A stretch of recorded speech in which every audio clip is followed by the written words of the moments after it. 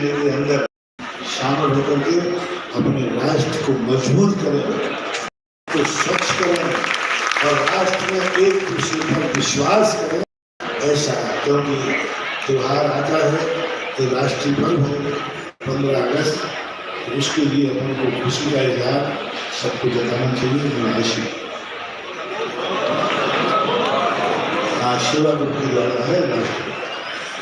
परंतु श्री आचार्य श्री शांति सागर जी महाराज के जीवन चारित्र पर महायोगी श्रवण पुस्तक पर 21 तारीख को ठीक दोपहर में 1:30 बजे त्रिमूर्ति हॉल में लेखन प्रतियोगिता होगी। सभी लोग पुस्तक शिवपाल मंदिर के बगल से राजकुमारी चिड़ियोगा वालों के यहाँ से खरीद कर प्रतियोगिता में अवश्य भाग लेना। सभी लोग निर्वाणी स्तुति करेंगे। जिनवाणी के ज्ञान से सूझे लोका लो